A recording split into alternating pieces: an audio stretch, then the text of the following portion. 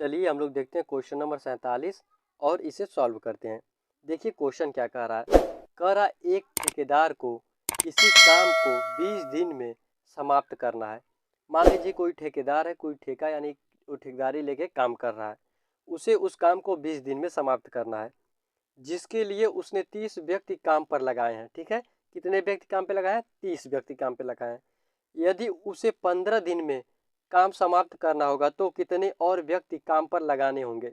अब देखिए स्टूडेंट, अगर किसी भी बच्चे को क्वेश्चन सॉल्व करने नहीं आ रहा है, यानी जो बच्चे सॉल्व कर दे रहे हैं इस क्वेश्चन को एक बार पढ़ने में, उनका तो ठीक है। जो बच्चे इस क्वेश्चन को सॉल्व नहीं कर पा रहे हैं उनके लिए सबसे बढ़िया मंत्र है स्टूडेंट, इस क्वेश्चन को 2 बार रिवाइज करें। यानी 2 बार इस क्वेश्चन को आप अच्छे से रीड करें। रीड करने से ये होगा स्टूडेंट, आप लोगों को क्वेश्चन में समझ में आएगा कि क्वेश्चन कहना क्या चाह रहा है। अब देखिए क्वेश्चन कह रहा है जैसे एक ठेकेदार है, कोई काम 20 दिन में करना है, लेकिन वो काम को 15 ही दिन में ख़त्म करना चाह रहा है। तो 30 व्यक्ति हैं, तो यानी और कुछ व्यक्ति की ज़रूरत पड़ेगी ना, जो एक्स्ट्रा व्यक्तियों की ज़रूरत पड़ेगी, हमसे वही पूछा जा रहा है।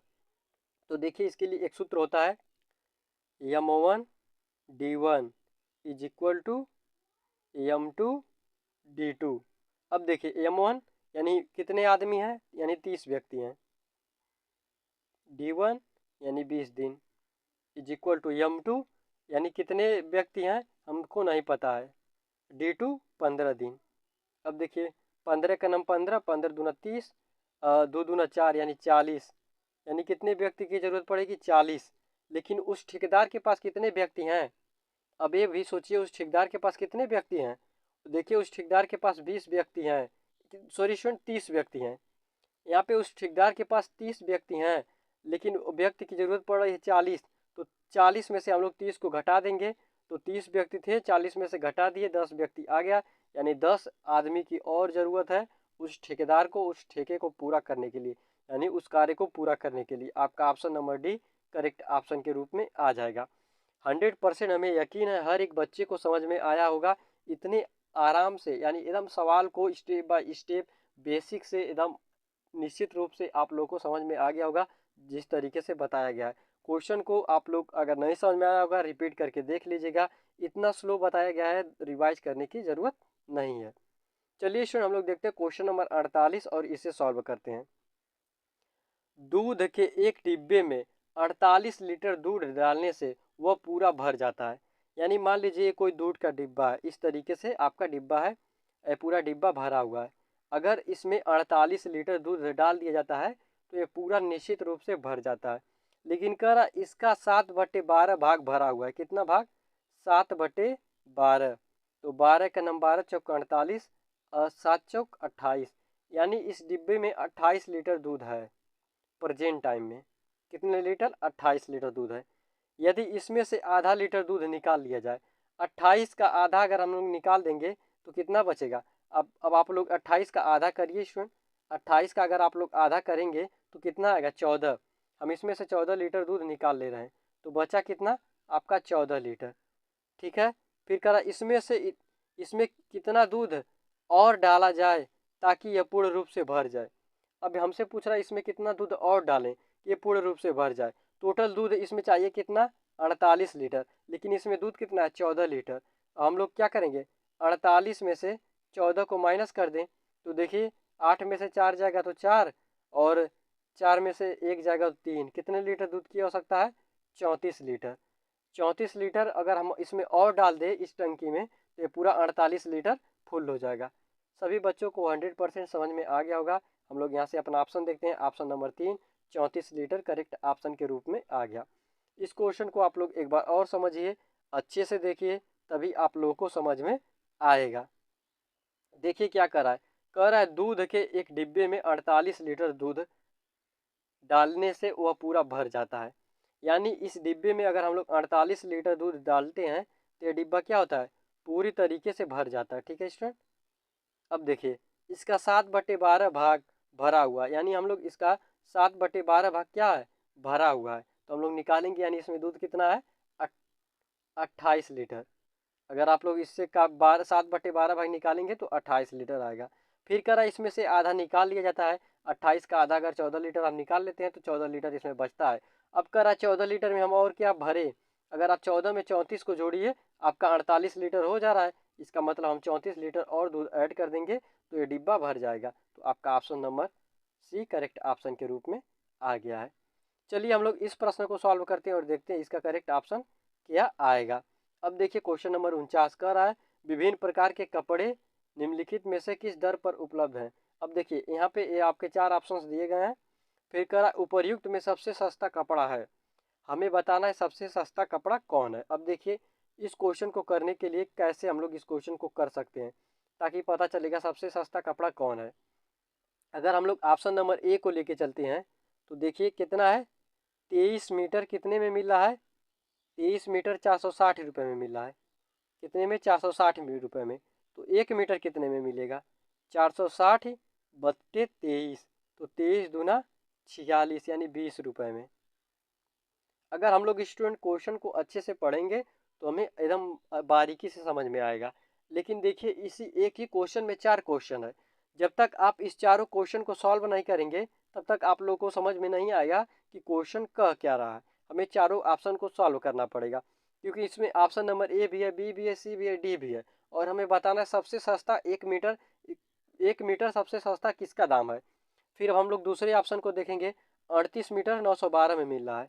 तो हम यहाँ पे बी लिखेंगे, 38 मीटर 912 रुपये में मिल रहा है।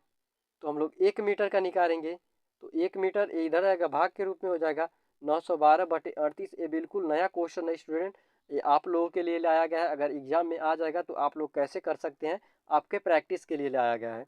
अब देखिए इसे हम लोग 2 से काटेंगे, 2 चौके 8, 1 बचा 2 पचे 10, 2 यहाँ पे 1 बचा 2 छक्के 12। इसे काटेंगे, 2 एक का नम 2, 2 9 18। अभी 19 से कट जाएगा स्टूडेंट, हम लोग इसे 19 से काट के देखते हैं।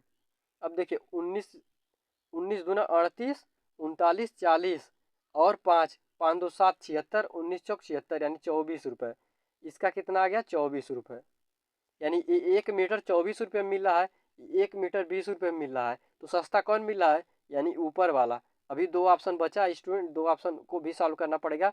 तीसरा ऑप्शन देखिए 15 मीटर 375 रुपये का है। कितना है, 15 मीटर 375 रुपये का, ऑप्शन नंबर सी, 15 मीटर 375 रुपया। तो 1 मीटर इज इक्वल टू 375 बटे 15। तो 15 दूना 30, 7 बचा, 15 पचे 75 यानी ये 25 रुपये का मिला 1 मीटर। ये भी महंगा है ऑप्शन नंबर ए से क्योंकि वो 20 में मिल रहा है। अब 18 मीटर 396 है, हम लोग ऑप्शन नंबर डी देख लेते हैं एक बार लास्ट, 18 मीटर 396। अब देखिए 1 मीटर इज इक्वल टू 396 बटे 18, 18 दूना 36, 37 38 39, 18 दूना 36 22 रुपया है। यानी सबसे सस्ता कौन है। अब देखिए इसमें हम इसे थोड़ा छोटा कर दे रहे हैं, आपको चारों ऑप्शन एक ही दिख जाएगा।